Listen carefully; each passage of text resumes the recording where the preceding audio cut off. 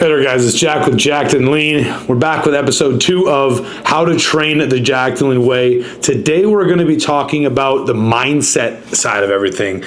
A lot of times people talk about how to train, they're so focused on sets and reps or execution or all these things.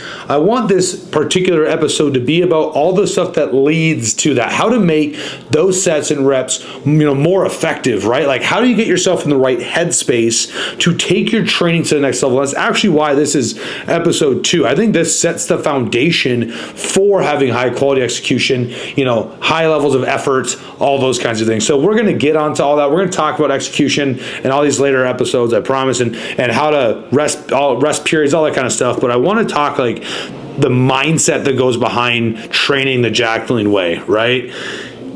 The number one thing that comes to my head when I think like mindset going into a session is basically something like that Mamba mentality, that Kobe style mentality, where you have to basically think like a pro before you become a pro. You can study a pro's technique, but what you're probably missing is that stuff behind the scenes, the stuff mentally that they do to prepare themselves to get the most out of every single session. Okay. And so I like to break down the mental side of this stuff into a few different phases. Basically, there's the stuff, basically after the last set of your workout ends, how you sleep, how you eat, all that. And then like just before the session, physically getting to the gym, and then right before your first set.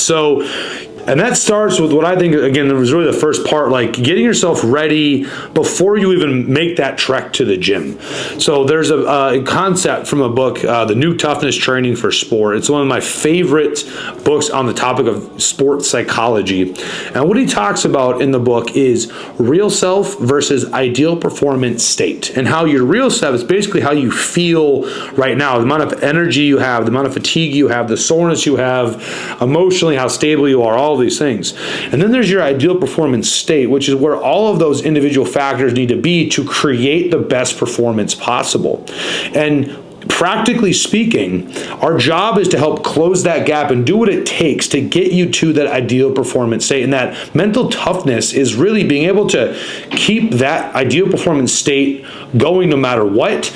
Toughness is getting there quicker, again, being able to hold it, all of these things. And that comes from just awareness of the fact that when you finish the last rep of your last exercise, hell, even the last rep of that set of an exercise, your recovery, your energy, all this stuff, like that begins. That whole process begins the minute that is done. So if you're, emotionally unstable during the week, you have a stressful job, a stressful home life, you're not sleeping, you're not eating right, you're going out and you're partying, and so, whatever, that's going to impact your real self. And obviously you will not be in your ideal performance state. So before you even think about going to the gym, you need to set yourself up psychologically by doing all these other things, so that when you start even thinking about getting ready for that session, you're already waking up with energy that day. You feel fueled, you feel primed, you feel recovered, you feel ready to go.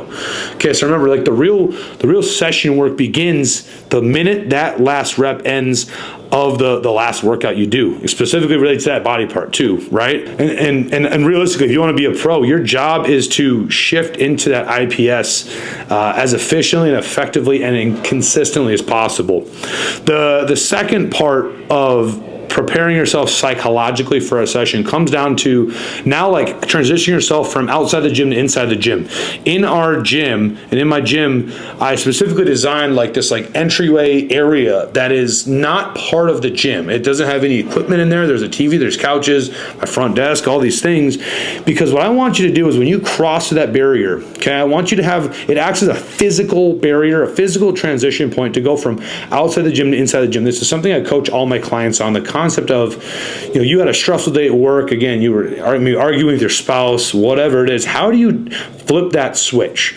And number one, that's just having, whether it be a mantra, a song, some sort of visual trigger, something to get you from, not being in a workout state of mind and help you move from a worse real self to a better version of your ideal performance state, right? That concept's going to go through this entire video, by the way. And so transitioning from outside the gym to inside the gym needs to be a very intentional thing. The minute you cross that threshold, you say, I'm ready to fucking rock and roll.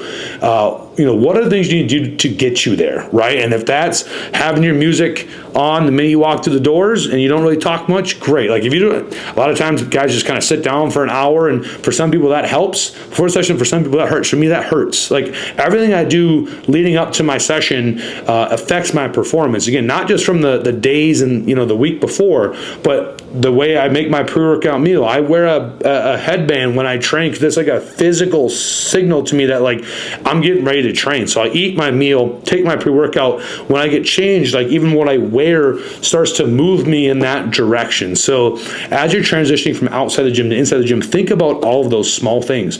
Do you need to sit in your car for 10 minutes and just decompress from your drive, right? Is there a set of warm-up exercises or drills you need to do to transition your body physically to help you mentally get to where you need to go? That's all stuff you need to start to learn if you want to take your training and results to the next level, is dialing those things in, because that's what the elite athletes and the pros are doing. All right, so once you transition from like outside the gym to inside the gym, now we're like just before the set, right? Now you've done your warm-ups, like you're moving on to that new exercise, or you're about to get ready to your working sets. Like that's kind of the third component of like this psychological preparation, right? You need to remember that like you have a mission, right? You're in the gym for a purpose. Everything we do should be with intent. And at Jacked and Lean, that's something I preach, is like the intent is the intensity, right? The intentionality is the intensity. Everything you do is with intent, where nothing's random. Your results aren't random. The way you feel isn't random. The way you perform isn't random, right? So the intent with which you move, through your warm-ups and into your like working sets all needs to be very intentional.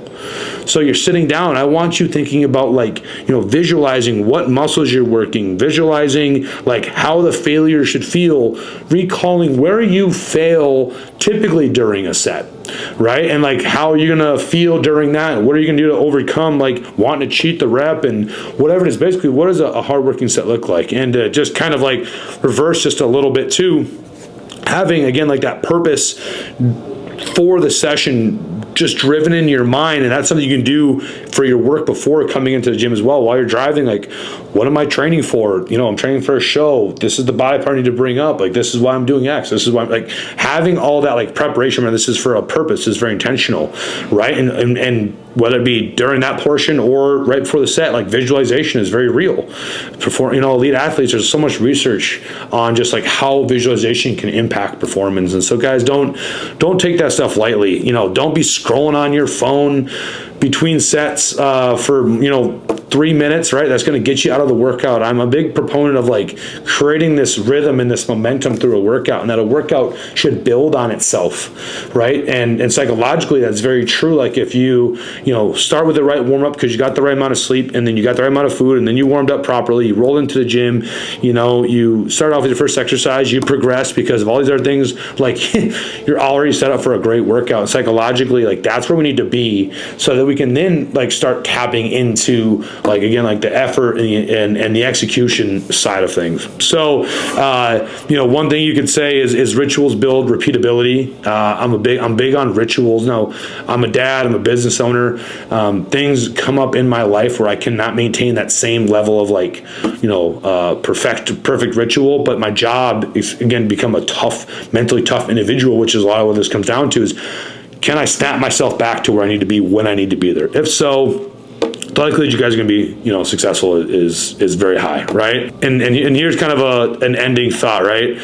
What separates the pros from the rest of the pack is not just training hard, but showing up ready to train. Okay, it's not just walking through the doors, chatting, flapping your gums for an hour, and then hopefully kind of getting a workout, and then like 6 months later being like, why the fuck am I not growing, right? Like pros show up from the minute that last rep of that last workout ends. They show up physically and mentally ready to rock and roll. So if you guys are interested in learning how to take that and apply it practically in the gym, take your results to the next level, I'll see you in episode 3.